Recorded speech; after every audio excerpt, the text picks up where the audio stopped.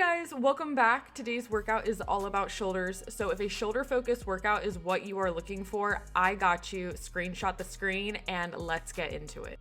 So first up is going to be the seated Smith machine overhead press for 4 sets of 6 to 12 reps, aiming to increase that weight each set. Now there's a few reasons I will use this variation, but one of the main reasons is for the purpose of benefiting my free weight overhead press. So what I mean by this is because the Smith machine is in a fixed position and stabilized, it will make it less challenging to work with heavier loads. Now I use a seated variation to increase the difficulty by removing as much momentum as possible, but in general, it will be easier. So then what I'm able to do is get my shoulders just used to pressing these heavier loads and having that heavier weight over my head. When you hit a strength plateau or you're really trying to get to that next goal weight, half the battle is just getting it up, just experiencing what that weight feels like over you. So the goal is utilizing other variations of similar movement patterns to get in that experience and build your strength in a similar way so that it can then translate over to your main movement and improve it. Doing this also allows me to get in a decent amount of volume in a more controlled and safe manner, which again helps with building my overall strength and getting in more repetition with those heavier loads. Now that's just one reason for doing this. It's also just a great variation in general and a movement I just truly enjoy doing. So if you haven't tried this one out before, give it a shot. You may like it just as much as I do.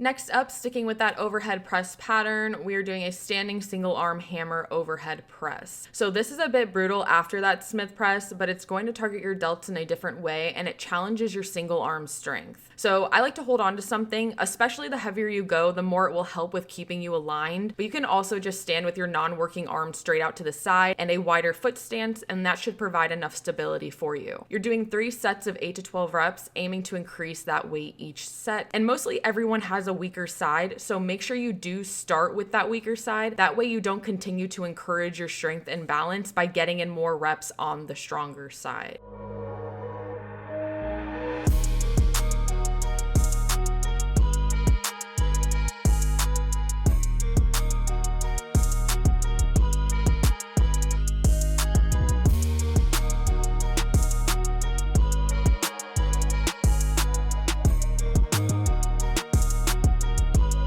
Next up is one of my favorite but most brutal lateral raise drop sets. You have been warned. So what you want to do is pick a heavy load, then pick half that load, and then also grab a light band. You're going to do 8 reps with the heaviest load, then immediately into 10 reps with that lighter load, and then immediately into 12 partial reps with the band, focusing on that top range mostly. This will burn very badly actually, but it will leave you with the craziest shoulder pump, and it's also a lot of fun, so keep the tension constant and try your best to keep that control. You'll notice I am hinged forward slightly, and that is for better stability and also to allow the dumbbells to travel freely in front of me while being able to maintain that arm path that will keep me working in my scapular plane, which is going to be the best arm path for getting your medial delt. You're doing 3 sets of this, and the weight load will remain the same for all of your sets.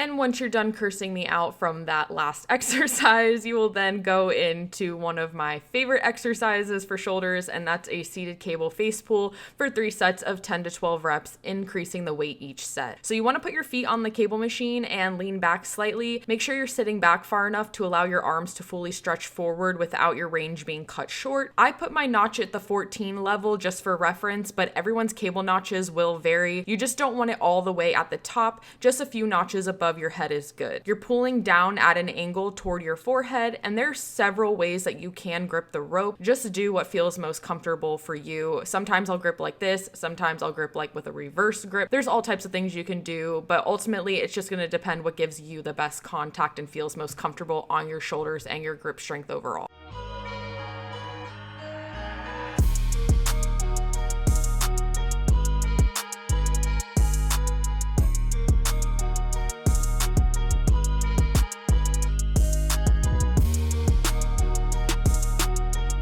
And we're ending this workout with rear delt swings. This is a great exercise to either superset with a heavier movement or end a workout with, because you don't need a lot of weight with this one, especially if you want to keep the focus solely on the rear delt, which is the goal here. So you're going to lay on a bench at an incline and begin with the dumbbells together in front of you, angled slightly out. You'll then swing those dumbbells out at a 30-ish degree angle from your body to where when you reach the top, you feel your rear delt fully contracted. Once you feel that contraction, go back down. So you can see as I'm swinging the weight, it is very controlled, and this is the main reason you don't want to overdo it on the weight choices here, because it can easily turn into a momentum driven movement rather than letting your rear delts do all of the work and really feeling it where you should. You're doing 3 sets of 15 reps and then you are done. So give this workout a try. Let me know how it goes down below or over on my Instagram. I do have another workout video going up in the next day or two, so be on the lookout for that. If you want more structured training or are looking for some cute gym fits, my website, Gymshark links, codes, all that in the description box down below. Thank you guys so much for watching, and I'll see you all in the next one. Bye guys.